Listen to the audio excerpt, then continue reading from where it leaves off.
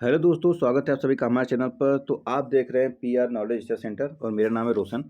तो हम लोग आज करने वाले हैं घटना चक्र, जिसमें कि हम लोग पढ़ेंगे भारतीय इतिहास। तो ये पहला चैप्टर नहीं है, बल्कि ये आज लेक्चर 4 है, ठीक है। इसके पहले लेक्चर 3 तक करा दिया गया है। तो इसके पहले शुरू से ही हम लोग पढ़ रहे हैं इसमें। तो आज लेक्चर 4 में हम लोग मरणोत्तर काल के बारे में पढ़ेंगे, और इसके पहले सारे वीडियो हो चुके हैं। तो आप लोग अगर नहीं देखे जाकर उसको देख सकते हैं। तो चलिए हम लोग इसको शुरू करते हैं। और इसमें देखिए, अगर आप आरओ, एआरओ, यूपीएससी, यूपीपीसीएस और आज जितने भी स्टेट पीसीएस के एग्जाम हैं उसको देना चाहते हैं, तो घटना चक्र पढ़ना जरूरी होता है। क्योंकि इसमें 1990 से लेकर 2023 यानी अभी तक जितने भी एग्जाम हुए 2023 तक में, उन सभी का इसमें PIQ रहेगा, ठीक है। तो PIQ रहेगा, तभी तो आप समझ पाएंगे कि हाँ किस प्रकार से क्वेश्चन आते हैं, और आप क्वेश्चन के पैटर्न को समझ पाएंगे। तो क्वेश्चन के पैटर्न को समझने के लिए यह वीडियो देखिए इसको, और पैटर्न को समझिए कैसे कैसे क्वेश्चन पुटअप होते हैं, ठीक है। तो हम लोग डायरेक्ट चलते हैं क्वेश्चन की तरफ। तो देखिए, यहाँ पर हम लोग का टॉपिक है मरणोत्तर काल, ठीक है, आज का। तो इसके नोट्स है कुछ। रुद्रदामन 130 से 150 ईस्वी का जूनागढ़ अभिलेख गुजरात में गिरनार पर्वत पर प्राप्त हुआ है। ब्राह्मी लिपि में उत्कीर्ण संस्कृत भाषा का यह अभिलेख अब तक प्राप्त संस्कृत अभिलेखों में सर्वाधिक प्राचीन है। इस अभिलेख में संस्कृत काव्य शैली का प्राचीनतम नमूना प्राप्त होता है। इसमें रुद्रदामन की वंशावली, विजयों, शासन, व्यक्तिगत व्यक्तित्व आदि पर सुंदर प्रकाश डाला गया है। तो चलिए हम लोग डायरेक्ट चलते हैं अब क्वेश्चन की तरफ। नोट्स तो देखिए हम लोग बार बार इसको पढ़े हुए हैं कितनी बार। तो चलते हैं हम लोग क्वेश्चन की तरफ। तो देखिए इसमें पहला क्वेश्चन है, निम्नलिखित में से किस हिंद यवन शासक ने शीशे के सिक्के जारी किए थे? शीशे के सिक्के तो ये किए थे स्टैटो सेकेंड ने, ठीक है। तो देखिए यहाँ पर स्टैटो सेकेंड ने शीशे के सिक्के जारी किए थे, और इस हिंद यवन शासक का शासन 25 ईसा पूर्व से 10 ईस्वी तक माना जाता है। दूसरा क्वेश्चन है, निम्नलिखित शासकों में से किसके सिक्कों पर संकर्षण एवं वासुदेव दोनों अंकित हैं? तो ये थे आपके अगाथोक्लिज, यानी कि ये ऑप्शन नंबर डी हो जाएगा। तो ये अफगानिस्तान के खानन से अगाथोक्लिज के सिक्के प्राप्त हुए हैं, जिन पर वासुदेव कृष्ण और संकर्षण का चित्र उकेरा गया है। तीसरा क्वेश्चन है, निम्नलिखित में से कौन सा एक अन्य तीनों समसामयिक नहीं था? तो ये देखिए, बिंबिसार है, गौतम बुद्ध है, प्रसेनजीत है, लेकिन मिलिंद नहीं है। मिलिंद क्यों नहीं है? तो यहाँ पर एक्सप्लेनेशन से आप समझ सकते हैं कि बिंबिसार 544 से 492 ईस्वी तक मगध साम्राज्य की महत्ता का वास्तविक संस्थापक था। वह हर्य कुल से संबंधित था। प्रसेनजीत कौशल महाजनपद का राजा था। वह महात्मा बुद्ध का समकालीन था। गौतम बुद्ध 563 से 483 ईसा पूर्व ने बौद्ध धर्म का प्रवर्तन किया। मिनार्डर, जिसे मिलिंद के नाम से भी जाना जाता है, उत्तर भारत में इंडो ग्रीक राजा था। इसका समय 155 अथवा 165 से 130 ईसा पूर्व तक था। इस प्रकार बिंबिसार, गौतम बुद्ध और प्रसेनजीत तीनों समकालीन थे, जबकि मिलिंद इनका समसामयिक मतलब उनके समकालीन नहीं था। क्वेश्चन नंबर 4 आता है, काव्य शैली का प्राचीनतम नमूना किसके अभिलेख में मिलता है? तो यह मिलता है काठियावाड़ के रुद्रदामन के। क्वेश्चन नंबर 5 है, किस अभिलेख में रुद्रदामन प्रथम की विभिन्न उपलब्धियां वर्णित है? तो यह है जूनागढ़।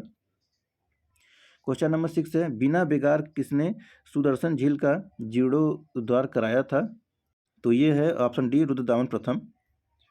और अब है क्वेश्चन नंबर 7 है,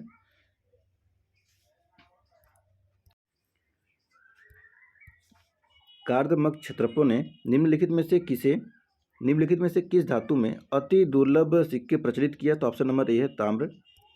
नेक्स्ट है क्वेश्चन नंबर 8 है, इसमें सूचीबद्ध। क्वेश्चन नंबर 10 शुरू करते हैं। प्राचीन भारत में निम्न में से किस एक ने नियमित रूप से सोने के सिक्के चलाए? तो ऑप्शन नंबर सी है कुषाण। क्वेश्चन नंबर 11 है, बुद्ध के सिक्के पर अंकन हुआ? तो ये है option number B Kanishka. Question number 12 है, निम्नलिखित में से किस शासक को सर्वप्रथम सोने के सिक्के जारी करने का श्रेय दिया जाता है? तो ऑप्शन नंबर बी है विम कटपिसिज। क्वेश्चन नंबर 13 है, निम्नलिखित में से किसने भारत में स्वर्ण सिक्कों का प्रचलन नियमित उपयोग के लिए किया था? ऑप्शन नंबर ए हो जाएगा विम कटफिसेस ने। अगला आता है क्वेश्चन नंबर 15। क्वेश्चन नंबर 14, इनमें से किसने सर्वप्रथम व्यापक पैमाने पर स्वर्ण मुद्रा का प्रचलन किया? तो ऑप्शन नंबर सी हो जाएगा विम कटफिसिस। और फिर क्वेश्चन नंबर 15 है, यौधेय सिक्कों पर किस देवता का अंकन मिलता है? ऑप्शन नंबर डी हो जाएगा कार्तिकेय। क्वेश्चन नंबर 16 है, कनिष्क सारनाथ बौद्ध प्रतिमा अभिलेख की तिथि क्या है? तो ऑप्शन नंबर बी हो जाएगा 81 सन।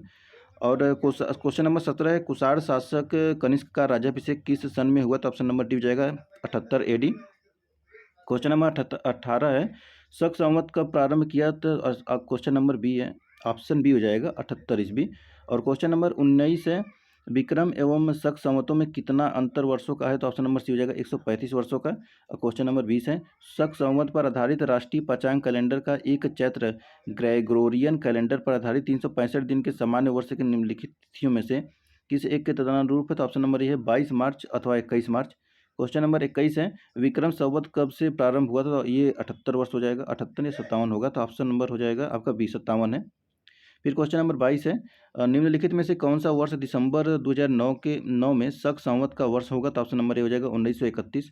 क्वेश्चन नंबर 23 है, कनिष्क के समकालीन निम्नलिखित नामों का अध्ययन करें और निम्नांकित उत्तर कोड के अनुसार अपना उत्तर इंगित करें। तो ऑप्शन इसे सी दिया गया है, जो कि पहला और दूसरा है, अवशेष और वास्तुमित्र। क्वेश्चन नंबर 24 है, अश्वघोष किसका समकालीन था? तो ऑप्शन सी हो जाएगा कनिष्क का। क्वेश्चन नंबर 25 है, निम्नलिखित में से कौन एक कनिष्क के दरबार से संबंध नहीं था? तो अश्वघोष चरक है और नागार्जुन पतंजलि, तो ये पतंजलि नहीं है। आगे बढ़ते हैं, क्वेश्चन नंबर 26 है, निम्नलिखित में से कौन कनिष्क प्रथम के दरबार में नहीं था?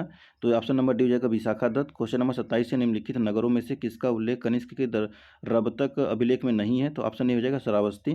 क्वेश्चन नंबर 28, इनमें से किस आयुर्वेदाचार्य ने तक्षशिला विश्वविद्यालय में शिक्षा प्राप्त की थी? तो ऑप्शन हो जाएगा इसमें सी और डी दोनों है, चरक और जीवक। अगला आता है क्वेश्चन नंबर 29, पुष्यमित्र शुंग द्वारा 2 अश्वमेध यज्ञ किए जाने के बारे में जानकारी किस लेख से मिलती है? तो ऑप्शन सी हो जाएगा अयोध्या लेख। क्वेश्चन नंबर 30 है, शुंगों के पूर्वज मूलतः किस स्थान से थे? तो ऑप्शन सी हो जाएगा उज्जैन। क्वेश्चन नंबर 31 है, शुंग वंश के बाद किस वंश ने भारत पर राज्य किया? तो ऑप्शन सी हो जाएगा कण्वा यानी कण्व।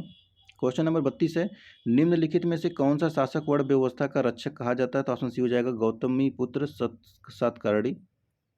और क्वेश्चन नंबर 33 है, मौर्यों के बाद दक्षिण भारत में सबसे प्रभावशाली राज्य था? तो ऑप्शन ए हो जाएगा सातवाहन।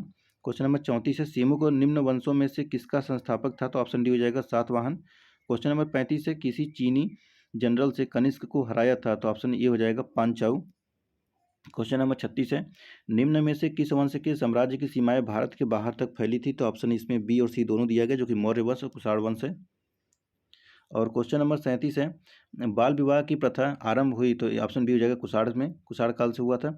क्वेश्चन नंबर 38 है, निम्नलिखित में से किस स्थल से शासक मिनेंडर के 16 सिक्के प्राप्त हुए? तो ऑप्शन ए हो जाएगा बैराट। क्वेश्चन नंबर 39 है, निम्नलिखित युग में से कौन सा सही सुमेलित है? तो इसमें है देखिए हड़प्पा सभ्यता, चित्रित धूसर वृद्धभाड़, ये गलत है। कुषाण है गंधार कला शैली से, तो यही सही है, ऑप्शन बी हो जाएगा। क्वेश्चन नंबर 40 से, कला की गंधार शैली निम्न में से किस फली फूली किसमें? तो ये ऑप्शन हो जाएगा कुषाणों के समय में। और क्वेश्चन नंबर 41 है, शक क्षत्रप काल में सोने चांदी के सिक्कों का अनुपात क्या था? तो ऑप्शन सी हो जाएगा 1 और 35 का। क्वेश्चन नंबर 42 है, कौन सा सुमेलित नहीं, इसमें बताना है राजवंश और सिक्के की धातुएं। तो इसमें पहला है कुषाण। हाँ, तो यहाँ पे देखिए कुषाण है तो स्वर्ण एवं ताम्र है, गुप्त स्वर्ण एवं रजत है, और कल चूरी है तो ये स्वर्ण एवं रजत ताम्र है। ऑप्शन सी है सातवाहन स्वर्ण, ये नहीं था, तो ये सी वाला गलत हो जाएगा। ठीक है, आगे बढ़ते हैं, क्वेश्चन नंबर 43 है, तो इसमें देखिए इसमें भी सुमेलित करने वाला है, तो इसमें सुमेलित करने वाले में देखते हैं हम लोग।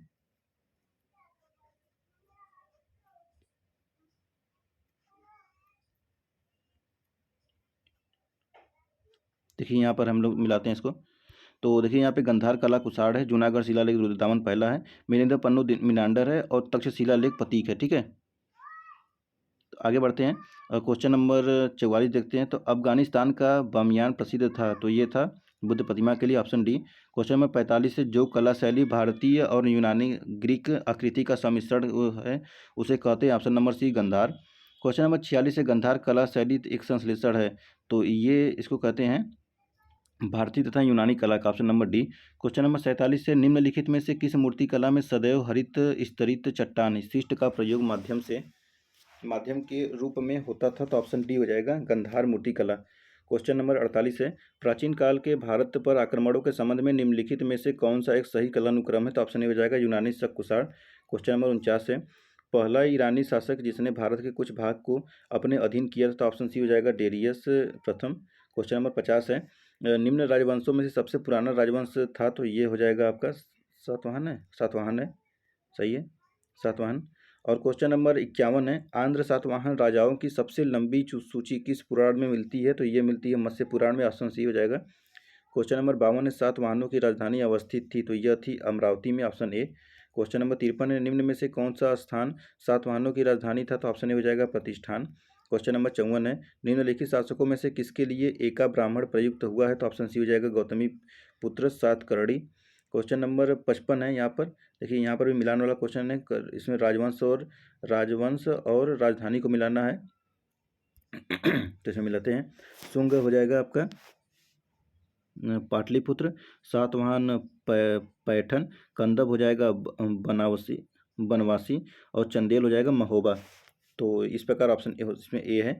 क्वेश्चन नंबर है 56, निम्नलिखित को कालानुक्रम व्यवस्थित कीजिए। सातवाहन वाकाटक चालुक्य। तो ऑप्शन डी हो जाएगा 1 2 3।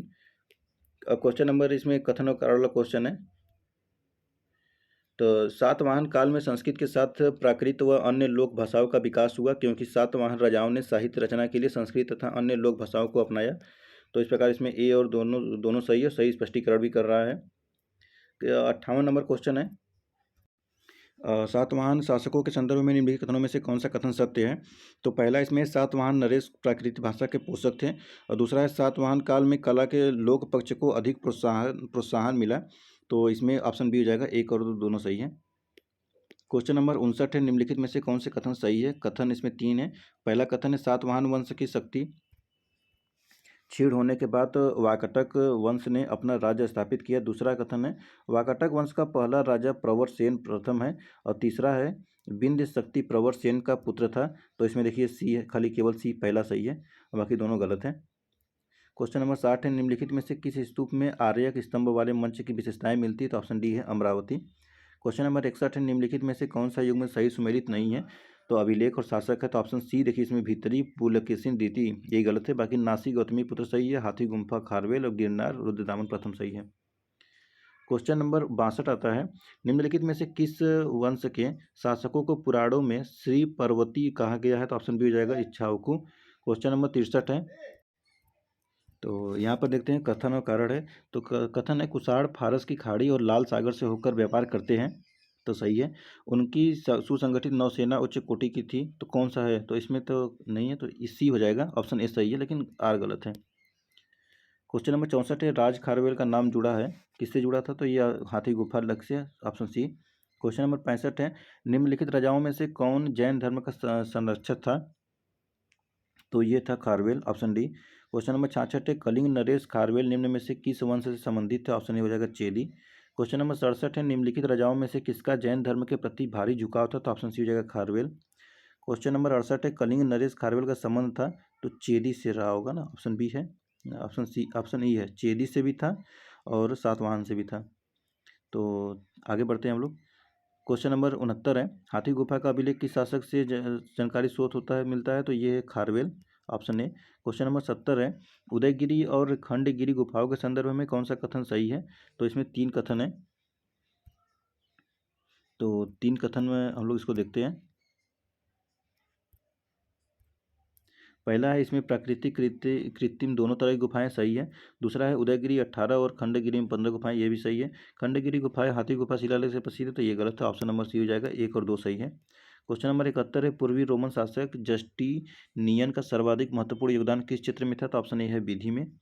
क्वेश्चन नंबर 72 है, पेरीप्लस ऑफ द इरिथ्रियन सी किसने लिखी थी?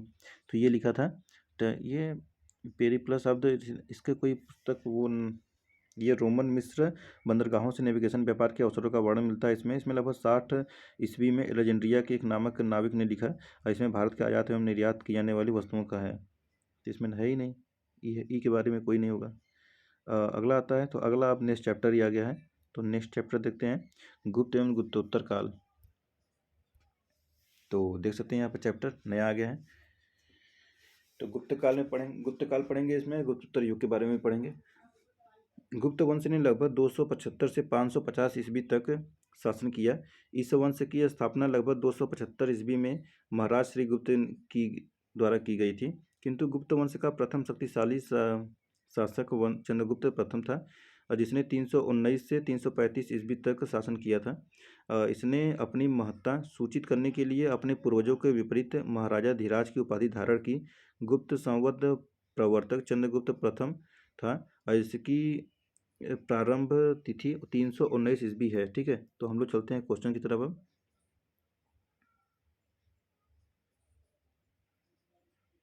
तो देखिए यहाँ पर पहला क्वेश्चन है, गुप्त वंश ने अवधि में शासन किया। तो ये 319 से 319 से 500 ईस्वी का है, ऑप्शन नंबर 1। और क्वेश्चन नंबर 2 है, निम्नलिखित शासकों में से किस एक ने 4 अश्वमेधों का संपादन किया? तो ऑप्शन बी हो जाएगा प्रवर सेन प्रथम, ऑप्शन बी। क्वेश्चन नंबर 3 है, भारत का नेपोलियन किसे कहा जाता है? तो ऑप्शन डी है समुद्रगुप्त को। क्वेश्चन नंबर 4 है, प्राचीन भारत का नेपोलियन, तो वही समुद्रगुप्त, ऑप्शन डी। क्वेश्चन फिर है, निम्नलिखित में से किस गुप्त राजा का एक अन्य नाम देवगुप्त था? तो वो है ऑप्शन बी चंद्रगुप्त द्वितीय। क्वेश्चन नंबर 6 है, प्रथम गुप्त शासक जिसने परम भागवत की उपाधि धारण की वह था? तो ऑप्शन नंबर बी हो जाएगा समुद्रगुप्त। क्वेश्चन नंबर 7 है, परम भागवत उपाधि धारण करने वाला प्रथम गुप्त शासक था? तो ऑप्शन बी हो जाएगा समुद्रगुप्त। क्वेश्चन नंबर 8 है, इलाहाबाद स्तंभ अभिलेख निम्नलिखित में से किस एक से संबंध है? तो ऑप्शन सी और डी, इसमें देखिए अशोक और समुद्रगुप्त दोनों है। क्वेश्चन नंबर 9 है, इलाहाबाद का अशोक स्तंभ किसके शासन के बारे में सूचना प्रदान करता है? तो ऑप्शन डी है समुद्रगुप्त। क्वेश्चन नंबर 10 है, प्रयाग प्रशस्ति किसके सैन्य अभियान के बारे में जानकारी देती है? तो ऑप्शन बी हो जाएगा समुद्रगुप्त। क्वेश्चन नंबर 11 है, समुद्रगुप्त के प्रयाग प्रशस्ति में कौशल के शासक का नाम क्या था? तो ऑप्शन सी है महेंद्र। क्वेश्चन नंबर 12 है, समुद्रगुप्त के प्रयाग प्रशस्ति वाले स्तंभ पर निम्नलिखित में से किसका लेख मिलता है? तो ऑप्शन ए हो जाएगा जहांगीर। क्वेश्चन नंबर 13 है, पृथ्वीव्या प्रथम वीर उपाधि थी? तो ऑप्शन ए हो जाएगा समुद्रगुप्त की। क्वेश्चन नंबर 14 है, निम्नलिखित कथन पढ़िए। हरिशेर समुद्रगुप्त के दरबार का प्रसिद्ध कवि था। दूसरा है, उसने देवी चंद्रगुप्तन महाकाव्य की रचना की। तीसरा है, वह प्रयाग प्रशस्ति का भी रचयिता था। तो ऑप्शन डी हो जाएगा, 1 और 3 सही है, लेकिन दूसरा वाला गलत है। और क्वेश्चन नंबर 15 देखते हैं, सूची 1 को सूची 2 से मिलाना है, तो इसको मिलाते हैं। तो देखिए धनंजय है, धनंजय हो जाएगा कुशतलपुर, और नीलराज हो जाएगा अवमुक्त, अग्रसेन हो जाएगा पालक्का, और विष्णुगुप्त कांची। तो इसमें ऑप्शन सी है 3, 1, 4, 2 का, वही सही होगा।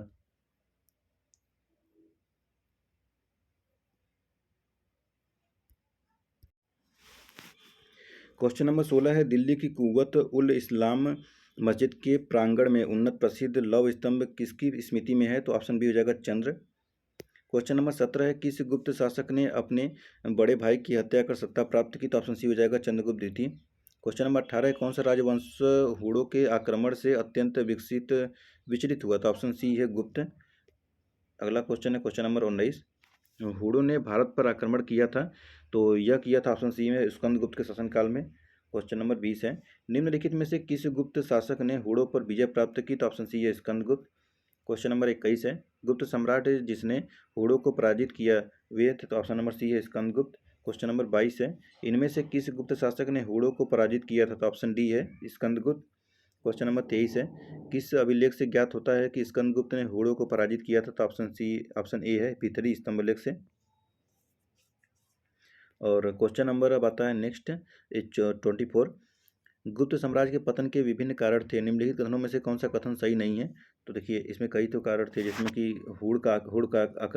हूण आक्रमण हुआ था, प्रशासन का सामंती ढांचा, उत्तरवर्ती गुप्तों का बौद्ध धर्म स्वीकार करना, अरब आक्रमण। तो ये अरब आक्रमण नहीं था, ये सही हो जाएगा। क्वेश्चन नंबर 25 है, शक विजेता किसे माना जाता है? तो यह है चंद्रगुप्त द्वितीय, ऑप्शन सी। क्वेश्चन नंबर 26 है, रजत सिक्के जारी करने वाला प्रथम गुप्त शासक था? तो ऑप्शन सी हो जाएगा चंद्रगुप्त द्वितीय। क्वेश्चन नंबर 27 है, चंद्रगुप्त द्वितीय के संदर्भ में निम्नलिखित कथनों में से कौन सा कथन सही है? इसमें दो कथन है। पहला है, शक विजय के संदर्भ में सबसे सबल प्रमाण इस नरेश की रजत मुद्राएं हैं। दूसरा कथन है, इन मुद्राओं की तौल लगभग 33 ग्रेन हुआ करती थी। तो इसमें से कौन सा कथन सही है? तो इसमें ए है, 1 और 2 दोनों सही है। क्वेश्चन नंबर 28 है, प्रसिद्ध चीनी यात्री फायान ने किसके शासनकाल में भारत की यात्रा की थी? तो ऑप्शन बी है चंद्रगुप्त द्वितीय के। क्वेश्चन नंबर 29 है, निम्नलिखित में से कौन सा युग में सही सुमेलित नहीं है? तो इसमें देखिए कुमार गुप्त प्रथम, जो कि मंदसौर अभिलेख सही है, पतीक तक्षशिला अभिलेख सही है, प्रभावती गुप्ता, तो ये उदयगिरी गुहा अभिलेख नहीं है, सी वाला गलत है, ऑप्शन डी हो जाएगा समुद्रगुप्त एरड़ अभिलेख सही है। तो प्रभावती गुप्ता ये उदयगिरि गुहा अभिलेख में है चंद्रगुप्त द्वितीय का, न कि प्रभावती गुप्ता का, इसलिए गलत है। क्वेश्चन नंबर 30 है, निम्न में से कौन सा अभिलेख विश्व के प्रथम विज्ञापन के तौर पर जाना जाता है? तो ऑप्शन ए हो जाएगा 10 अभिलेख। अब आता है क्वेश्चन नंबर 31, मंदसौर प्रशस्ति किस शासक की उपलब्धियों का विवरण प्रस्तुत करता है? तो ऑप्शन डी हो जाएगा कुमारगुप्त प्रथम। और क्वेश्चन नंबर 32 है, रेशम बुनकरों की श्रेणी की जानकारी निम्नलिखित में से किस शिलालेख से मिलती है? तो ऑप्शन ए हो जाएगा 10 शिलालेख। क्वेश्चन नंबर 33 है, तो देखिए यहाँ पर शासक और रानियाँ हैं, मिलान करने के लिए है। तो चंद्रगुप्त का हो जाएगा कुमार देवी, समुद्रगुप्त का हो जाएगा दत्ता देवी, एंड चंद्रगुप्त द्वितीय तो ये हैं कुबेर नागा, और कुमारगुप्त प्रथम तो ये है आनंद देवी। तो इस प्रकार हो जाएगा 3 1 2 4, 3 1 2 4। देखते हैं कौन से ऑप्शन में है 3 2 1 4, तो ये है ऑप्शन नंबर ए सही है। अगला आता है क्वेश्चन नंबर 34, ईसा की तीसरी शताब्दी से जबकि हूण आक्रमण से रोमन साम्राज्य समाप्त हो गया, भारतीय व्यापारी अधिकाधिक निर्भर हो गए। तो ऑप्शन सी हो जाएगा दक्षिण पूर्व एशियाई व्यापार पर। क्वेश्चन नंबर 35 है, गुप्त काल में उत्तर भारतीय व्यापार निम्नलिखित में से किस एक पत्तन से संचालित होता था? तो ऑप्शन ए है ताम्रलिप्ति से। क्वेश्चन नंबर 36 है, निम्नलिखित में से कौन सा बंदरगाह गुप्त काल में उत्तर भारतीय व्यापार के लिए उपयोग किया जाता था? तो ऑप्शन इसमें ई आ जाएगा, एक ही है या उससे अधिक है।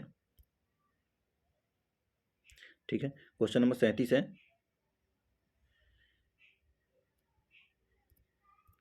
भारत ने दक्षिण पूर्वी एशिया के साथ अपने आरंभिक संस्कृति संपर्क तथा व्यापारिक संबंध बंगाल की खाड़ी के पार बना रखे थे। निम्नलिखित में से कौन सी बंगाल की खाड़ी के इस उत्कृष्ट आरंभिक समुद्री इतिहास की सबसे विश्वसनीय व्याख्या या व्याख्याएं हो सकती हैं? तो इसमें पहला है, प्राचीन काल तथा मध्यकाल में भारत के पास दूसरों की तुलना में अति उत्तम पोत निर्माण की तकनीकी उपलब्ध थी। दूसरा है, इस उद्देश्य के लिए दक्षिण भारतीय शासकों ने व्यापारियों, ब्राह्मण पुजारियों और बौद्ध भिक्षुओं को सदा संरक्षण दिया। और तीसरा है, बंगाली खाड़ी में चलने वाले मानसूनी हवा ने समुद्री यात्राओं को सुगम बना दिया। तो ये ऑप्शन सी सही हो जाएगा। क्वेश्चन नंबर 38 है, प्राचीन भारत में देश की अर्थव्यवस्था में अत्यंत महत्वपूर्ण भूमिका निभाने वाली श्रेणी संगठन के संदर्भ में निम्नलिखित कथनों में से कौन सा कथन सही है? तो इसमें पहला कथन है, प्रत्येक श्रेणी राज्य के एक केंद्रीय प्राधिकरण के साथ पंजीकृत होती थी और प्रशासनिक स्तर पर राजा उनका प्रमुख होता था। दूसरा कथन इसमें है, श्रेणी ही वेतन काम करने के लिए नियमों, मानकों और कीमतों को सुनिश्चित करती थी। तीसरा है, श्रेणी का अपने सदस्यों पर न्यायिक अधिकार होता था। तो इसमें उसमें कोटों का आधार मानना है। तो ऑप्शन सी इसमें 2 और 3 सही है, जो कि पहला वाला गलत है। ठीक है, आगे बढ़ते हैं। क्वेश्चन नंबर 39 है, गुप्त काल में गुजरात, बंगाल, दक्कन एवं तमिल राष्ट्र में स्थित केंद्र किससे संबंधित थे? तो ऑप्शन ए हो जाएगा वस्त्र उत्पादन से। क्वेश्चन नंबर 40 है, विशाखा दत्त के प्राचीन भारतीय नाटक मुद्रा राक्षस की विषय वस्तु है। तो इसमें ऑप्शन डी हो जाएगा, चंद्रगुप्त मौर्य के समय में दरबार की दुर्भिसंधियों के बारे में। ऑप्शन हो जाएगा डी। और यहाँ पर क्वेश्चन नंबर 41 है, प्राचीन काल में किस वर्ण को सार्थवाह भी कहा जाता था? तो ऑप्शन सी हो जाएगा वैश्य। क्वेश्चन नंबर 44 है, निम्नलिखित में से किसका प्राचीन भारत के आयुर्वेद शास्त्र से संबंध नहीं है? तो देखिए इसमें ऑप्शन बी है भास्कराचार्य, ये नहीं थे, बाकी धन्वंतरी, चरक, सुश्रुत थे। क्वेश्चन नंबर 45 है, लीलावती के लेखक थे। तो ऑप्शन सी हो जाएगा भास्कराचार्य। क्वेश्चन नंबर 46 है, प्राचीन कालीन भारत में हुई वैज्ञानिक प्रगति के संदर्भ में निम्नलिखित कथन में से कौन सा कथन सही है? तो इसमें पहला कथन है, प्रथम ईस्वी में विभिन्न प्रकार के विशिष्ट शल्य औजारों का उपयोग आम था। सही है। दूसरा है, तीसरी शती ईस्वी के आरंभ में मानव शरीर के आंतरिक अंगों का प्रत्यारोपण शुरू हो चुका था। तो ये गलत है। तीसरा है, 5वीं शती ईस्वी के कोण के ज्या का सिद्धांत ज्ञात था। तो ये सही है। और चौथा है, 7वीं ईस्वी में चक्री चतुर्भुज का सिद्धांत ज्ञात था। तो ये भी सही है। तो 1 3 और 4 हो जाएगा, ऑप्शन नंबर सी सही है। नेक्स्ट आता है क्वेश्चन नंबर 47, भारतीय यात्रा में फायान ने एक अस्पताल का उल्लेख किया। तो ऑप्शन डी हो जाएगा पाटलिपुत्र। और क्वेश्चन नंबर 48 है, चंद्रगुप्त के 9 रत्नों में से निम्न में से कौन फलित ज्योति से संबंधित था? तो ऑप्शन सी हो जाएगा क्षणपक। और क्वेश्चन नंबर 49 हो जाएगा, कालिदास किसके शासनकाल में थे? तो ये थे चंद्रगुप्त द्वितीय के। क्वेश्चन नंबर 50 है, इनमें से किसने पहली बार यह व्याख्या की थी कि पृथ्वी ने अपनी धुरी पर घूमने के कारण प्रतिदिन सूर्योदय एवं सूर्यास्त होता है? तो ऑप्शन ए हो जाएगा आर्यभट्ट ने। क्वेश्चन नंबर 51 है, अधोलिखित में कौन गुप्तकालीन स्वर्ण मुद्रा है? तो ऑप्शन बी हो जाएगा दिनार। क्वेश्चन नंबर 52 है, गुप्त स्वर्ण मुद्रा को कहा जाता था? तो ऑप्शन बी है दिनार। क्वेश्चन नंबर 53 है, गुप्तकालीन रजत मुद्राओं को नाम दिया गया था? तो ऑप्शन सी है रूपक। क्वेश्चन नंबर 54 है, निम्नलिखित में से किस गुप्त शासक ने सर्वप्रथम सिक्के जारी किए? तो ऑप्शन ए हो जाएगा चंद्रगुप्त प्रथम ने। और क्वेश्चन नंबर 55 है, गुप्त काल में लिखित संस्कृत नाटकों में स्त्री और शूद्र बोलते थे? तो ऑप्शन बी हो जाएगा प्राकृत भाषा। और क्वेश्चन नंबर 56 हो जाएगा, सती प्रथा का अभिलेख साक्ष्य प्राप्त हुआ है? तो ये हो जाएगा एरड़ से। और क्वेश्चन नंबर 57 है, गुप्त संवत की स्थापना किसने की? तो ये हो जाएगा चंद्रगुप्त प्रथम ने। क्वेश्चन नंबर 59 है, नगरों का क्रमिक पतन किस काल की एक महत्वपूर्ण विशेषता थी? तो ये हो जाएगा गुप्त काल का। और क्वेश्चन नंबर 60 है, किस शासक वंश ने मंदिरों एवं ब्राह्मणों को सबसे अधिक ग्राम अनुदान दिया था? तो ऑप्शन ए हो जाएगा गुप्त वंश। तो देखिए इस प्रकार ये समाप्त हुआ और हम लोग अब बढ़ते हैं नेक्स्ट चैप्टर नहीं, सॉरी नेक्स्ट चैप्टर नहीं है, ये अभी इसमें और भी है। क्वेश्चन नंबर 61 है, प्राचीन भारत में किस वंश का शासनकाल स्वर्ण युग कहा जाता है? तो ये है गुप्त काल, ऑप्शन सी हो जाएगा। क्वेश्चन नंबर 62 है, निम्न में से किस काल में स्त्रियों की पुरुषों से बराबरी थी? तो ऑप्शन डी हो जाएगा इनमें से कोई भी नहीं था। क्वेश्चन नंबर 63 है, गुप्त युग में भूमि राजस्व की दर क्या थी? तो ऑप्शन बी हो जाएगा उपज का छठा भाग। क्वेश्चन नंबर 64 है, धर्मशास्त्रों में भू राजस्व की दर क्या है? तो ये हो जाएगा 1/6, ऑप्शन सी।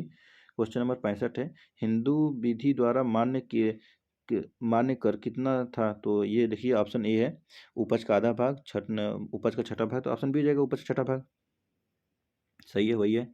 और क्वेश्चन नंबर 66 है, किस प्रकार की भूमि को अप्रहत कहा जाता था? तो इसको कहा जाता था बिना जोती हुई जंगली भूमि को। क्वेश्चन नंबर 67 है, भारत के इतिहास के संदर्भ में कुल्यावाप तथा द्रोणवाप शब्द क्या निर्दिष्ट करते हैं? तो ये करते हैं भूमाप को, option number A.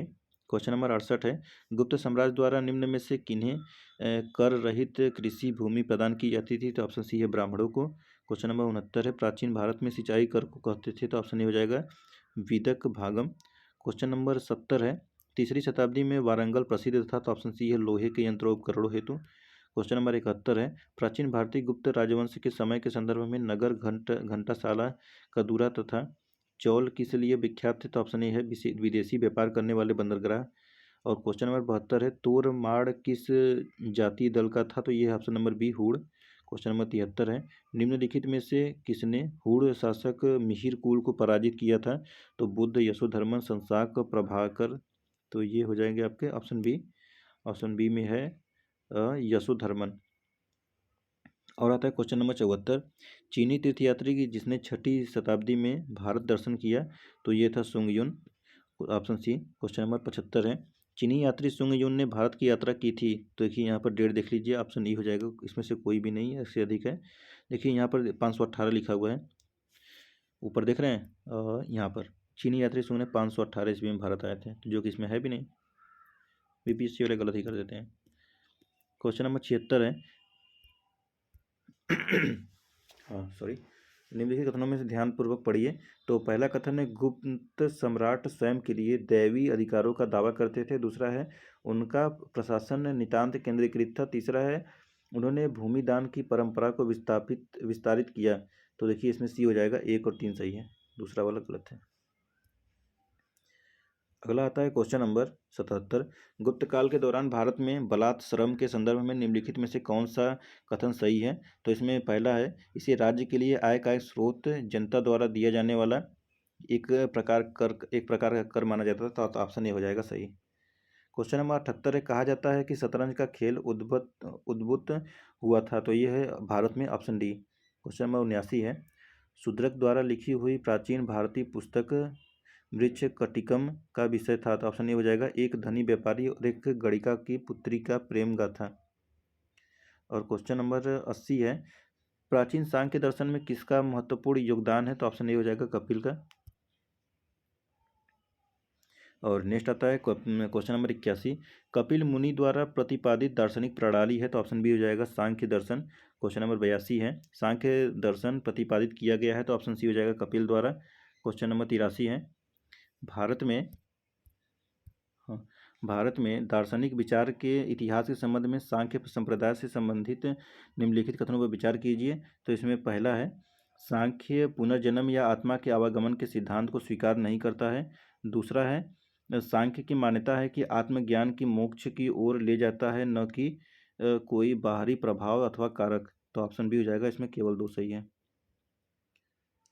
Question number 84 है, निम्नलिखित में से इसमें 2 कथन है।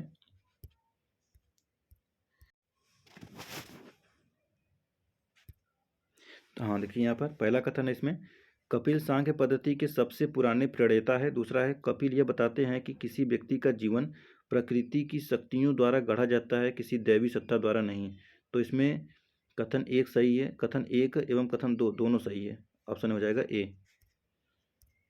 अब आता है क्वेश्चन नंबर 85, योग दर्शन के प्रतिपादक, तो ये है Patanjali, option A. Question number 86, योग के आविष्कारक, तो वही पतंजलि, सेम क्वेश्चन है। और निम्नलिखित क्वेश्चन नंबर 87 है, निम्नलिखित में से एक कौन एक अष्टांग योग का अंश नहीं है। तो देखिए इसमें है, पहला ही गलत है, अनुस्मृति यही नहीं है, बाकी प्रत्याहार, ध्यान, धारणा ये सब हैं। क्वेश्चन नंबर 88 है, महाभाष्य के लेखक पतंजलि समसामयिक थे। तो ये हो जाएगा ऑप्शन सी, पुष्यमिंग सूत्र, पुष्यमिंग सूत्र। क्वेश्चन नंबर 89 है, नव्य न्याय संप्रदाय स्कूल के संस्थापक कौन थे। तो इसमें बी और डी है, जो कि गंगेश और उदयन है, ऑप्शन बी डी।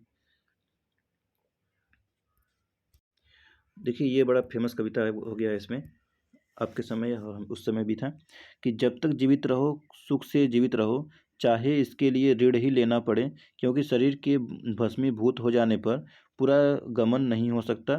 पुनर्जन्म का निषेध करने वाली यह उक्ति किसकी है। तो यह है चारवाकों की, चारवाक, ऑप्शन नंबर डी। और क्वेश्चन नंबर 91 है, केवल प्रत्यक्ष प्रमाण को कौन स्वीकार करता है। तो ऑप्शन बी है, चारवाक। क्वेश्चन नंबर 92 है, अधोलिखित में से कौन एक चारवाक के अनुसार सर्वोच्च मूल है। तो यह ऑप्शन सी, काम।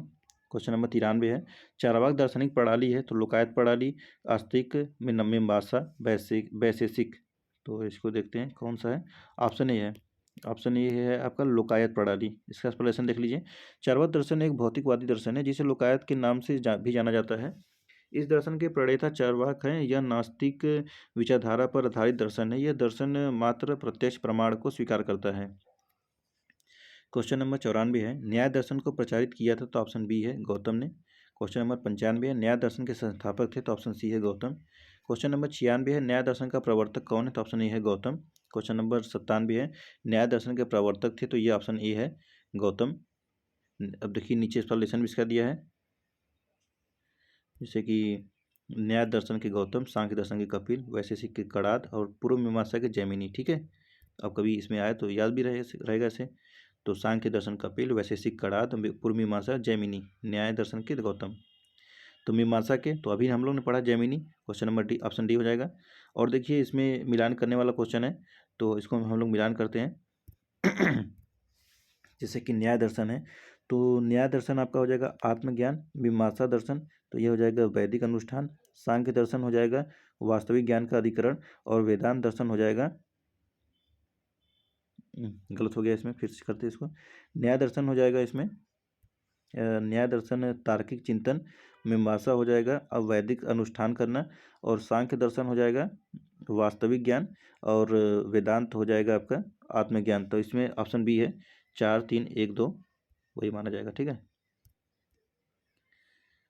आगे बढ़ते हैं। कर्म का सिद्धांत है न्याय मीमांसा। तो इसमें मीमांसा हो जाएगा, option number B. Question number 101 है, निम्न में से किस दर्शन का मत है कि वेद शाश्वत सत्य है। तो ऑप्शन सी है, मीमांसा। क्वेश्चन नंबर 102 है, अपूर्व का सिद्धांत संबंधित है। तो ऑप्शन डी हो जाएगा, मीमांसा से। क्वेश्चन नंबर 103 है, निम्न में से किस भारतीय दर्शन ने परमाणु सिद्धांत का प्रतिपादन किया। तो ऑप्शन डी है, वैशेषिक। और क्वेश्चन नंबर 104 है, निम्न में से किसे भारतीय परमाणुवाद का जनक कहा जाता है। तो ऑप्शन सी है, महर्षि कणाद का। और क्वेश्चन नंबर 105 है, निम्नलिखित युग्मों में से कौन सा एक भारतीय सर दर्शन का भाग नहीं है। तो यह है ऑप्शन सी, लोकायत और कापालिक। क्वेश्चन नंबर 106 है, लोकायत दर्शन किसे कहा जाता है? तो ऑप्शन सी है चारवाक। और क्वेश्चन नंबर 107 है, अद्वैत दर्शन के संस्थापक। तो अद्वैत दर्शन के संस्थापक है शंकराचार्य। शंकराचार्य सही है, ऑप्शन ए। और क्वेश्चन नंबर 108 है, शंकर के दर्शन को कहा जाता है? तो ऑप्शन डी है अद्वैतावाद। क्वेश्चन नंबर 109 है, प्रछन्न बौद्ध किसे कहा जाता है? तो ऑप्शन ए है शंकर। क्वेश्चन नंबर 110 है, निम्नलिखित में से अद्वैत वेदांत के अनुसार किसके द्वारा मुक्ति प्राप्त की जा सकती है? तो ऑप्शन ए है ज्ञान। क्वेश्चन नंबर 111 है, विशिष्ट अद्वैत सिद्धांत के संस्थापक कौन है? तो ये रामानुजाचार्य होंगे। सही है, option number A. Question number 12 है, निम्न में से किसका संबंध वेदांत दर्शन के साथ नहीं है? तो ऑप्शन बी है अभिनव गुप्त। क्वेश्चन नंबर 113 है, देखिए मिलान वाला क्वेश्चन है, इसको मिलाते हैं। तो देखिए इसमें विक्रम संवत्सर है जो कि, तो ये हो जाएगा आपका 58 से 58 ईसा पूर्व। शक संवत्सर तो ये हो जाएगा 78। और गुप्त, तो गुप्त हो जाएगा 320। और कली तो ये हो जाएगा 3102। तो 4321 4321 किस में है? Option D. क्वेश्चन नंबर 114 है, निम्न कथनों पर विचार कीजिए तथा नीचे दिए गए कूट से सही उत्तर का चयन कीजिए। तो इसमें 4 है, विक्रम संवत 58, शक संवत 78, गुप्त 319, भारत के मुसलमान शासक का 1192। तो ऑप्शन डी हो जाएगा, चारों सही है। क्वेश्चन नंबर 115 है, गधैया था सिक्का भूमि व्यापार या सैन्य अधिकारी? गधैया, तो ऑप्शन ए हो जाएगा सिक्का था।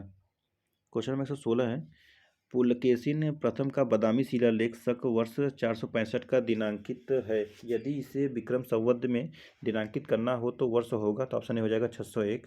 क्वेश्चन नंबर 117 है, मालव संवत इस नाम से भी जाना जाता है? तो ऑप्शन बी है कृत संवत। क्वेश्चन नंबर 118 है, एक चालुक्य अभिलेख की तिथि अंकन में शक संवत का वर्ष 556 दिया है, इसका तुल्य वर्ष है? तो ऑप्शन डी हो जाएगा 634। और क्वेश्चन नंबर 119 से, पुराणों के अनुसार चंद्रवंशी शासकों का मूल स्थान काशी अयोध्या और प्रतिष्ठानपुर, तो प्रतिष्ठानपुर है, ऑप्शन सी। अगला है, मौखिरी शासकों की राजधानी? तो ऑप्शन बी हो जाएगा कन्नौज। क्वेश्चन नंबर 121 है, निम्नलिखित युगों में से कौन सा एक सुमेलित नहीं है? तो ऑप्शन ए हो जाएगा सर्ववर्मन गया ताम्रपत्र, यही नहीं सही है। बाकी सर्ववर्मन ताम्रपत्र ये असीरगढ़ से प्राप्त हुआ था। क्वेश्चन नंबर 122 है, तो गुप्त वंश के पतन से लेकर आरंभिक 7वीं शताब्दी में हर्षवर्धन के उत्थान तक उत्तर भारत में निम्नलिखित में से कौन से राज्यों का शासन था? तो इसमें देखेंगे तो इसमें मगध के गुप्त और थानेसर के पुष्यभूति और कन्नौज के मौखिरी एंड नेक्स्ट वल्लभी के मैत्रक, ये है 1 3 4 6। ऑप्शन बी हो जाएगा। तो अब आता है यहाँ पर नेक्स्ट चैप्टर, प्राचीन भारत में स्थापत्य कला, इसके बारे में देखते हैं। मध्य प्रदेश के छतरपुर जिले में स्थित खजुराहो में चंदेल राजाओं द्वारा निर्मित मंदिर आज भी चंदेल स्थापत्य की उत्कृष्टता का बखान कर रहे हैं। ये मंदिर ग्रेनाइट और लाल बलुआ पत्थर से बने हैं। इन मंदिरों का निर्माण मुख्यतः 10वीं से 12वीं शताब्दी के मध्य 950 से 150 ईस्वी चंदेलों का मुख्य काल, लेकिन पूर्ववर्ती एवं परवर्ती काल में भी निर्माण हुए थे। चलिए हम लोग क्वेश्चन की तरफ चलते हैं। तो इसमें पहला क्वेश्चन है, खजुराहो मंदिर स्थापत्य के निर्माण में सहयोगी थे? तो ऑप्शन ए है चंदेल। और क्वेश्चन नंबर 2 है, खजुराहो का कंदारिया महादेव मंदिर किसने बनवाया? तो ऑप्शन डी है चंदेल ने। क्वेश्चन नंबर 3 है, किस राजवंश ने भारत को प्रसिद्ध खजुराहो के मंदिर दिए? तो ये परमार, मौर्य, चंदेल। तो ऑप्शन सी होगा चंदेल। चंदेल याद रखिए खजुराहो के लिए। चंदेल राजाओं ने निर्माण किया, तो याद रखिए खजुराहो के लिए है, ऑप्शन डी। खजुराहो का मंदिर संबंधित है, तो ये है हिंदू और जैन धर्म से है। और क्वेश्चन नंबर 6 है, किस वंश ने राजाओं ने खजुराहो स्थित मंदिर का निर्माण करवाया? सेम क्वेश्चन है, चंदेल। और खजुराहो का मातंगेश्वर मंदिर समर्पित है, तो ये शिव के लिए है, ऑप्शन बी। क्वेश्चन नंबर 8 है, निम्न में से कौन सा मंदिर खजुराहो में नहीं है? इसमें नहीं है बताना है। देखिए कंदरिया महादेव है और 64 योगिनी है, चित्रगुप्त है, दशावतार नहीं है, ऑप्शन सी दशावतार नहीं है। दशावतार मंदिर देवगढ़ ललितपुर में स्थित है। यह मंदिर गुप्तकालीन है। शेष सभी मंदिर खजुराहो में स्थित है और चंदेल राजाओं के द्वारा बनाए गए हैं।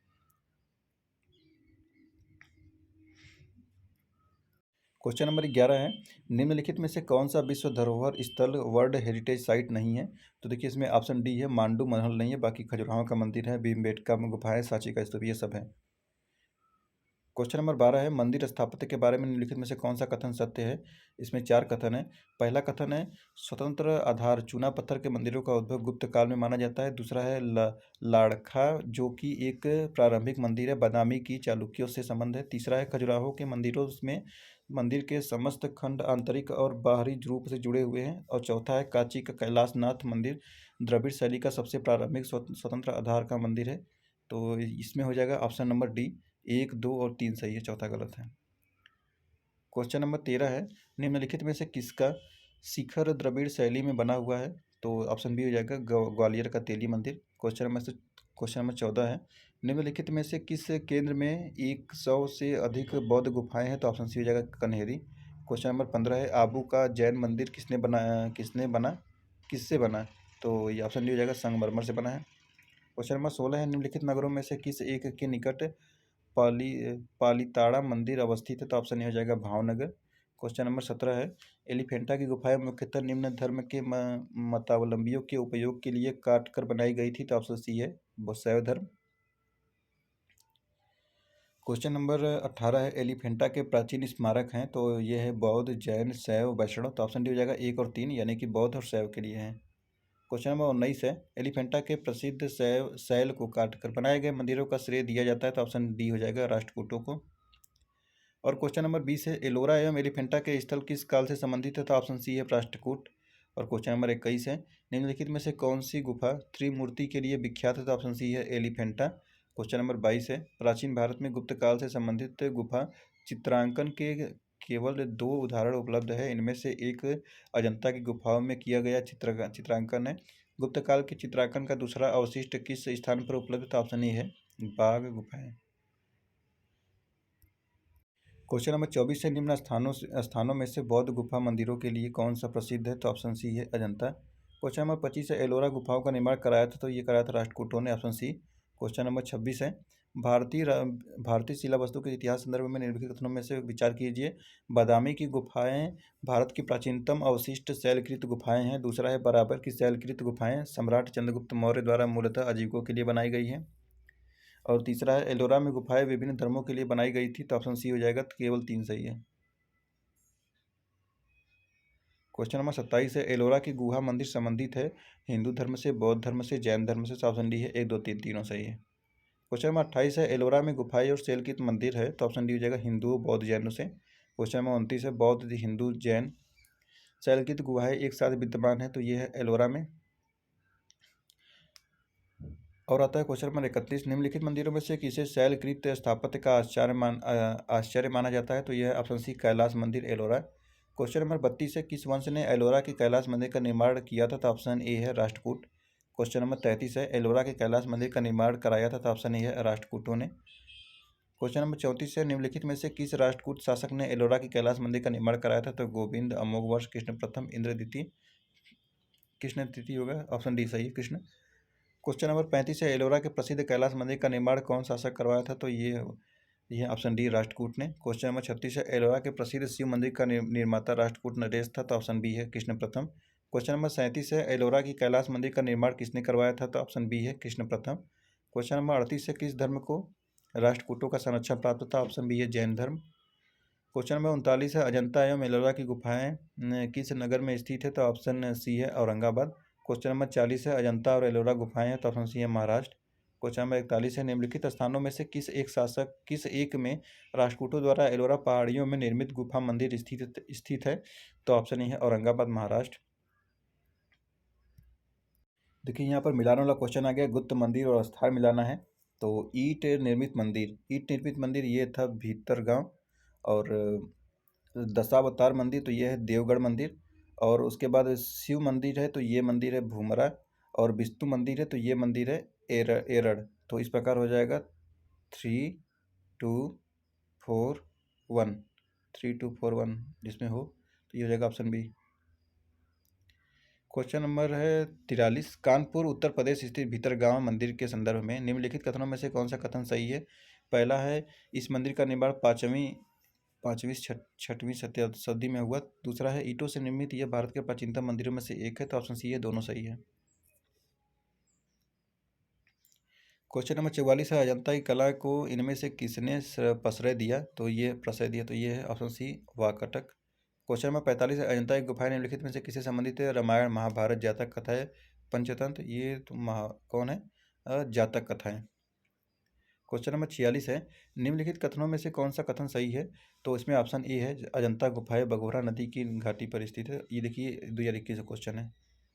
क्वेश्चन नंबर 47 है, निम्नलिखित ऐतिहासिक स्थलों पर विचार कीजिए, अजंता की गुफाएं, लुपाक्षी मंदिर, सांची स्तूप, चित्रकला के लिए जाना जाता है, तो ऑप्शन बी है, 1 और 2 सही है, सांची स्तूप नहीं जाना जाता है। क्वेश्चन नंबर इसमें देखिए मिलान करने वाला क्वेश्चन है, तो देखिए इसमें हम्पी है, तो हम्पी हो जाएगा कर्नाटक, नागार्जुनकोड़ा आंध्र प्रदेश, शिशुपालगढ़ तो ये है उड़ीसा, और अरिकामेडु तो ये है पुदुचेरी, ऑप्शन नंबर ए हो जाएगा। और क्वेश्चन नंबर आता है 52, निम्नलिखित में से किसे काला श्याम पगोड़ा के नाम से जाना जाता है, ब्लैक पगोड़ा, तो ऑप्शन सी है, कोणार्क का सूर्य मंदिर। ब्लैक पगोड़ा कहाँ है, तो ये है Konark, option B. Question number 54, निम्नलिखित में से कौन सा सूर्य मंदिर है, तो ये है कोणार्क मंदिर, ऑप्शन सी। क्वेश्चन नंबर 55 है, मेढोरा का सूर्य मंदिर किस राज्य में स्थित है, तो ऑप्शन बी है, गुजरात। निम्नलिखित क्वेश्चन नंबर 56 है, निम्नलिखित सूर्य मंदिरों में से कौन सा पाटन गुजरात में स्थित है, तो Modhera, option A. Question number 57 है, लिंगराज मंदिर अवस्थित है, तो भुवनेश्वर, बीजापुर, कोलकाता, वाराणसी, तो ऑप्शन है भुवनेश्वर। क्वेश्चन नंबर 58 है, उड़ीसा में नष्ट होने से बचे निम्नलिखित मंदिरों में सर्वाधिक बड़ा और सबसे ऊंचा मंदिर कौन है, तो ऑप्शन सी हो जाएगा, लिंगराज मंदिर। क्वेश्चन नंबर 59 है, जगन्नाथ मंदिर किस राज्य में है, तो ऑप्शन बी हो जाएगा, उड़ीसा में। क्वेश्चन नंबर 60 है, भुवनेश्वर तथा पुरी मंदिर किस शैली में निर्मित है, तो ऑप्शन ए है, नागर शैली में। क्वेश्चन नंबर 61 है, जगन्नाथपुरी मंदिर के गर्भगृह में भगवान जगन्नाथ, सुभद्रा एवं बलभद्र की मूर्तियां बनी हैं, तो ये है लकड़ी की, ऑप्शन सी। अगला क्वेश्चन है 62 नंबर, अंकोर वाट का विष्णु मंदिर कहाँ स्थित है, तो ऑप्शन सी है, कंबोडिया। और क्वेश्चन नंबर 63 है, अंकोर वाट मंदिर समूह किस देश में स्थित है, तो ऑप्शन डी है, कंपूचिया। क्वेश्चन नंबर 64 है, कौन से बृहद मंदिर के प्रारंभिक अभिकल्पना तथा निर्माण सूर्यवर्मन सेकेंड के राज्यकाल के दौरान हुए, तो ऑप्शन बी है, अंकोर वाट। क्वेश्चन नंबर 65 है, बोरोबुदुर स्तूप कहाँ स्थित है, तो कंबोडिया, जावा, सुमात्रा, बोर्नियो, तो ये है आपका जावा में, इंडोनेशिया। और क्वेश्चन नंबर 66 है, द्रविड़ शैली के मंदिरों में गोपुरम से तात्पर्य है, तो गर्भगृह, दीवारों पर, तो ये है तोरण के ऊपर से बने अलंकृत एवं बहुमंजिला भवन से, ऑप्शन डी। क्वेश्चन नंबर 67 है, चट्टानों को काटकर महाबलीपुरम का मंदिर किसके द्वारा बनाया गया, तो ऑप्शन ए है, पल्लव। क्वेश्चन नंबर 68 है, महाबलीपुरम के रथ मंदिरों का निर्माण कराया गया था, ऑप्शन बी है, पल्लव द्वारा। क्वेश्चन नंबर 70 है, महाबलीपुरम रथ के मंदिरों का निर्माण किसने करवाया था, तो ऑप्शन ए है, नरसिम्हा राव प्रथम ने, वर्मन प्रथम। 71 है, मामल्लपुरम में रथ स्मारकों के निर्माण के लिए निम्नलिखित में से कौन उत्तरदायी थे, तो ऑप्शन बी है, पल्लव। क्वेश्चन नंबर 72 है, निम्नलिखित में से कौन सा रथ मंदिर सबसे छोटा है, तो ऑप्शन ए है, द्रौपदी रथ। क्वेश्चन नंबर 73 है, निम्न मंदिरों का कालानुक्रम व्यवस्थित कीजिए, तो इसमें कालक्रम बताना है, तो इसका एक्सप्लेनेशन में देख लेते हैं हम लोग। तो देखिए इसमें कालानुक्रम है, सप्त पैगोड़ा मामल्लम शैली 640 से 674, महाबलीपुरम में है तटीय मंदिर, तो ये राजसिंह शैली 674 से 800 है, और बृहदीश्वर मंदिर तो राजराज प्रथम के समय हुआ था, और गंगेड़ चोलपुरम तो ये राजेंद्र प्रथम। ये भी देखिए मिलाने वाला क्वेश्चन है। तो मिलाते हैं इसको, एलिफेंटा है, तो एलिफेंटा हो जाएगा गुफा, श्रवण बेलगोला तो ये है आपका मूर्ति, खजुराहो में है मंदिर, और सांची में है स्तूप, ऑप्शन नंबर बी। आगे बढ़ते हैं, क्वेश्चन नंबर 75 है, ये भी मिलाने वाला क्वेश्चन है, मिलान करते हैं इसका भी। तो चलिए देखिए यहाँ पर है ऐतिहासिक स्थल और राज्य है, तो भीमबेटका मध्य प्रदेश में है, और शोर टेम्पल ये है तमिलनाडु में। हम्पी तो पता ही होगा कर्नाटक में, मानस असम में है। तो इस प्रकार 2 3 4 1 हो जाएगा, 2 3 4 1 आपका ऑप्शन में है, बी में। क्वेश्चन नंबर 76 है, निम्नलिखित जोड़ों में से किसका सुमेल है, तो देखिए एलोरा की गुफाएं शक, ये गलत है। ये हो जाएगा आपका खजुराहो मंदिर, चंदेल, ऑप्शन सी सही है। क्वेश्चन नंबर 81 है, प्राचीन नगर तक्षशिला निम्नलिखित में से किसके बीच स्थित है? तो ये है सिंधु झेलम नदी, ऑप्शन ए। क्वेश्चन नंबर 82 है, सोनगिरी जहाँ 103 जैन मंदिरों बने हुए हैं किसके सन्निकट स्थित है? तो ऑप्शन ए है दतिया। दातिया। क्वेश्चन नंबर 83 है, सोनगिरी एक ऐतिहासिक दिगंबर जैन तीर्थस्थल स्थित है? तो ये है ऑप्शन सी मध्य प्रदेश। और क्वेश्चन नंबर 84 है, दिलवाड़ा जैन मंदिर स्थित है? तो ऑप्शन बी है माउंट आबू। क्वेश्चन नंबर 85 है, दिलवाड़ा जैन मंदिर, तो ये है माउंट आबू अरावली पर्वत पर, option A. Question number 86, Dilwara Jain मंदिर कहाँ स्थित है? राजस्थान में, ऑप्शन सी। क्वेश्चन नंबर 87 है, प्रसिद्ध विरूक्षपात मंदिर कहाँ अवस्थित है? तो ऑप्शन सी है हम्पी।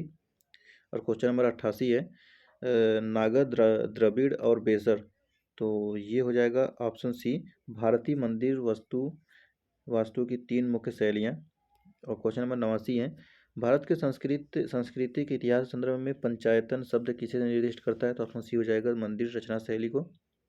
क्वेश्चन नंबर 90 है, प्रसिद्ध नैमिषारण्य तीर्थ निम्न जनपदों में से किस एक में उपस्थित है?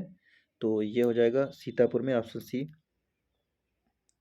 और क्वेश्चन नंबर 91 है, भारत की कला व संस्कृति के इतिहास संबंध में निम्नलिखित युगों पर विचार कीजिए।